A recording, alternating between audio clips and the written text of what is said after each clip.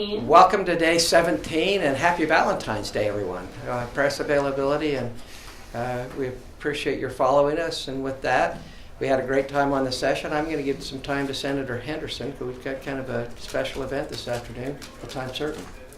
Well, we do, and I'd love to talk about that, but I'd also love to talk about the press conference that we're having at 1:15 today.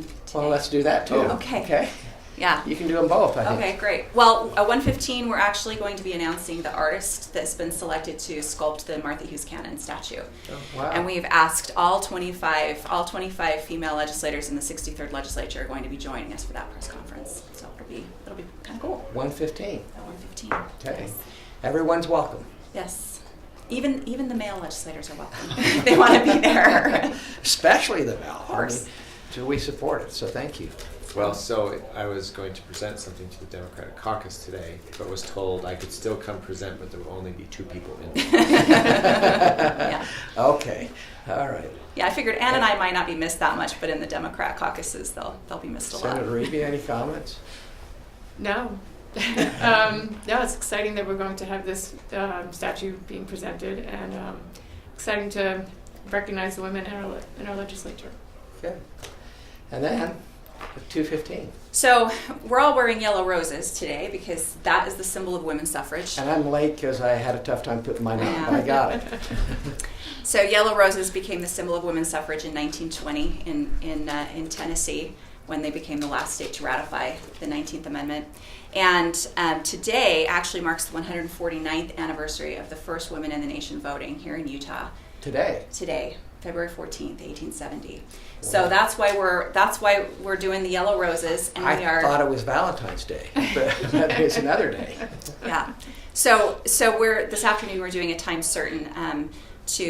Representative Ballard has a resolution that I am running in the Senate commemorating February 14th as National Women's Voter Registration Day.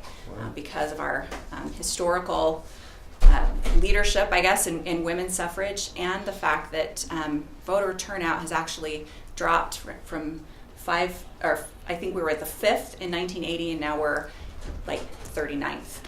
And so we need to help boost that a little bit. We're seeing some of that go up, but Utah led the way, and a lot of people don't know that. That's right. So, questions? I have a question. Oh. So the initiative is voter registration day. Is that right? That's the initiative, but today is the day the vote was cast. Yes, that's why today is the day. Okay. Yes. Got it. Okay. Other questions? So Democrats won't hear a tax reform presentation today on either side, right? Because of the fact that the bulk of the Democratic caucuses are women, and you're going to be at the Martha Hughes Cannon. That's true. announcement. Okay. I'm sure they'll follow up and receive it probably next week.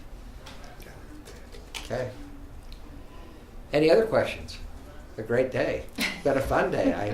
You're looking at down at the dais, the chamber's changed. We have flowers, we have candy, it feels like quite a day. So it totally changed.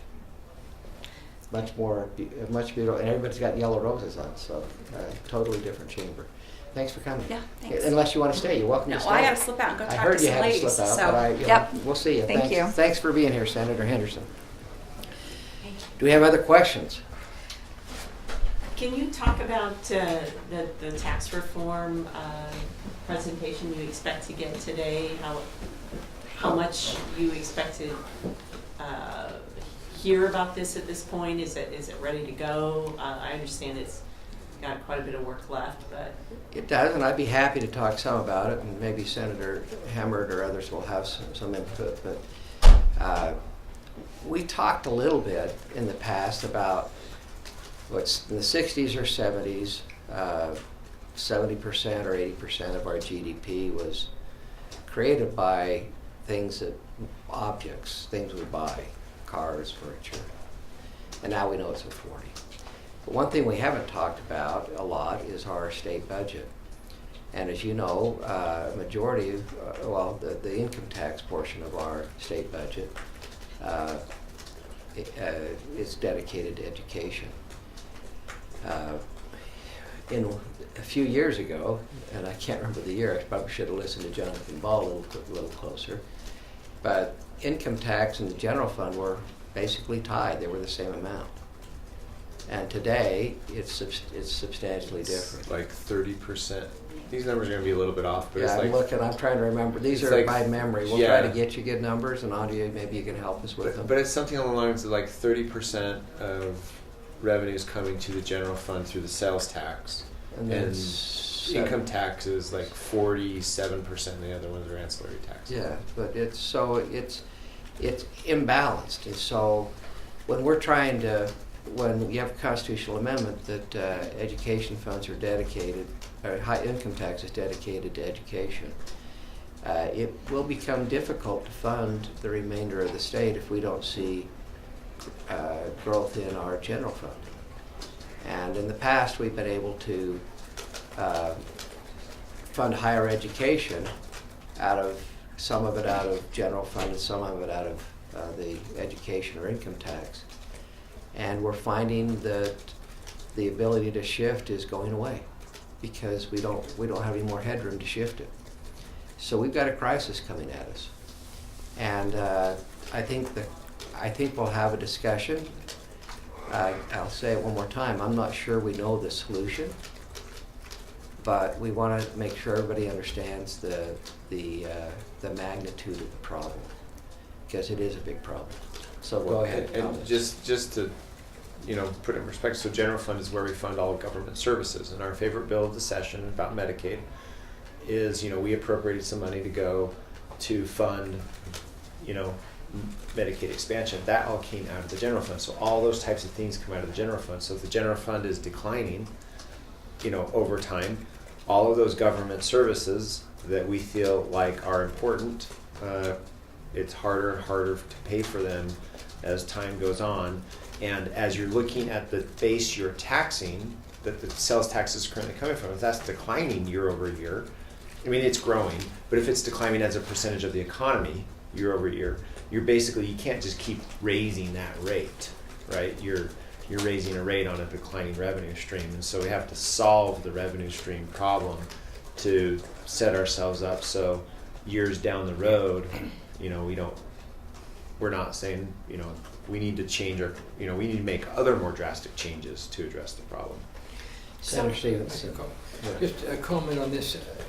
As you look at these two big buckets that we have that we take money out of, the general fund is kind of the evening fund. In other words, we use it for transportation, we use it, and that's where we get education money. That was part of the problem we had last year when they ran the opinion question on do we elevate gas prices.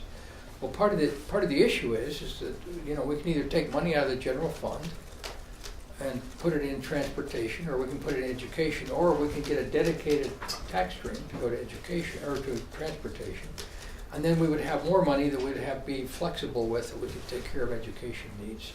And I think we sent an interesting message with the way we did that, probably the wrong message, but that's really what we're talking about. Is the general fund is what we operate out of. That's what we take care of our employees. It's what we take care of transportation needs, or most of transportation needs, basically new transportation needs. And with a state growing like this one, things are moving around.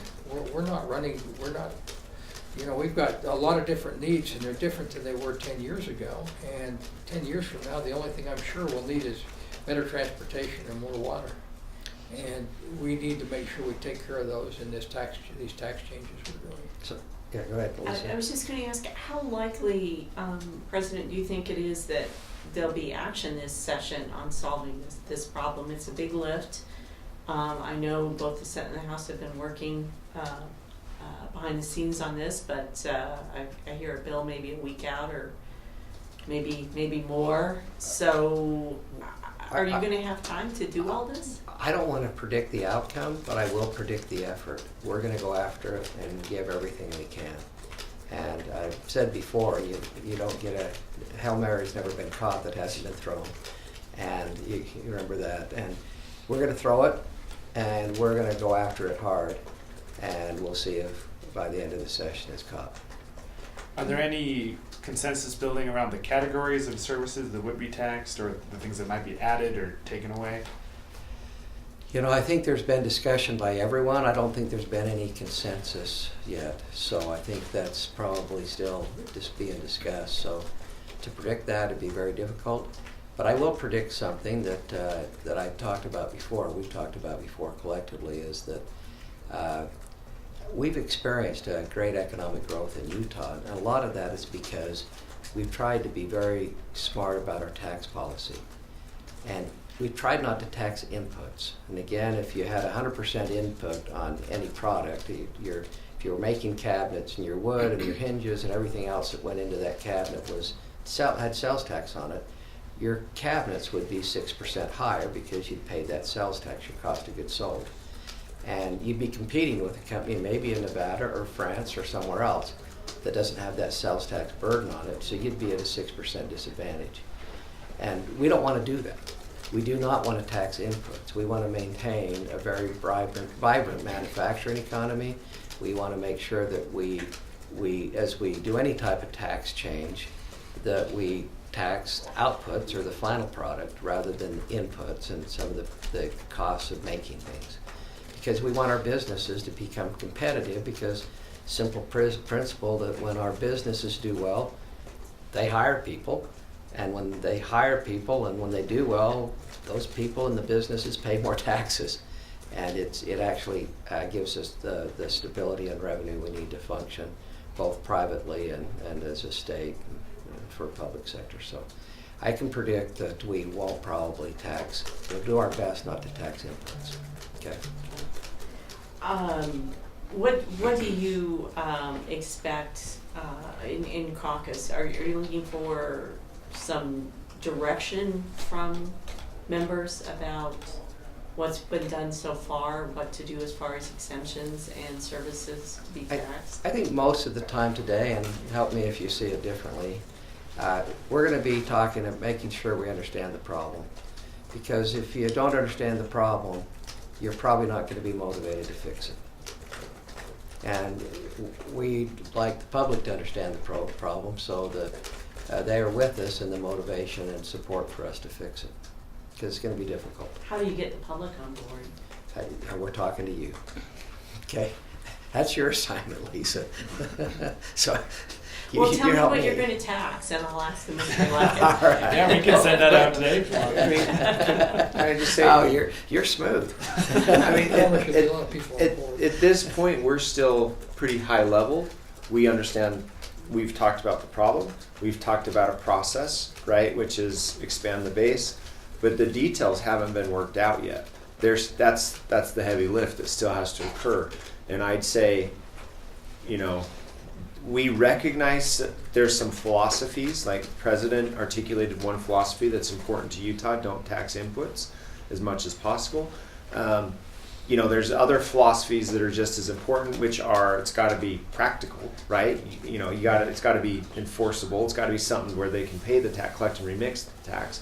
So there's some guiding principles that we're working within. But as far as what's included, what's excluded, all of that's still being worked out. Nothing. I would still say everything and anything is on the table. Things have not been taken off the table yet. I've heard that Yeah. some categories are off the table.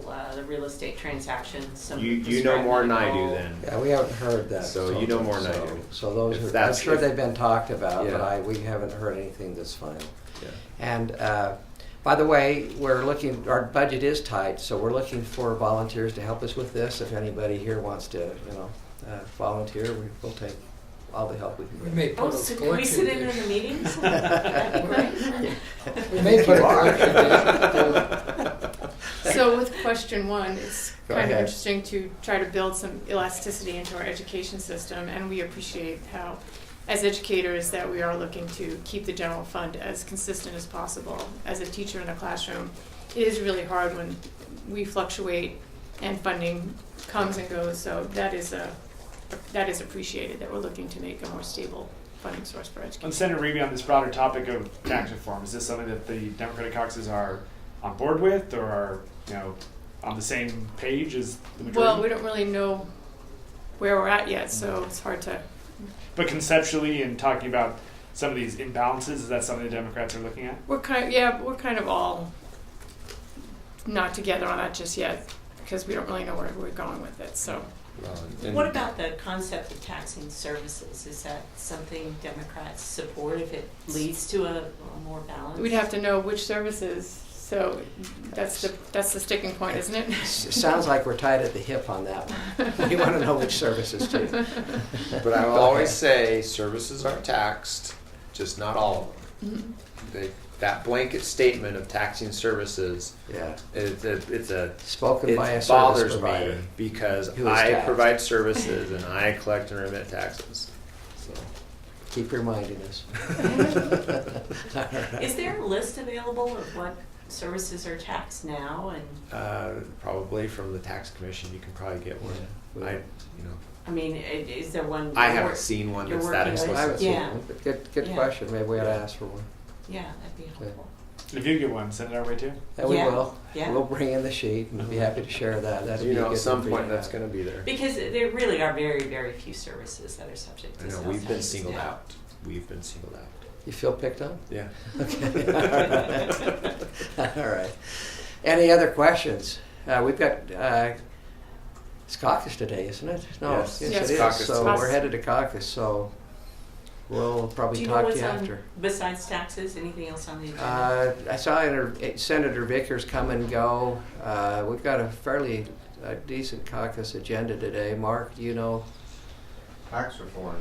Tax reform. That'll That's probably probably consume plenty. a lot of it. Yeah. Okay. Thank you very much. Thank you. Thank you.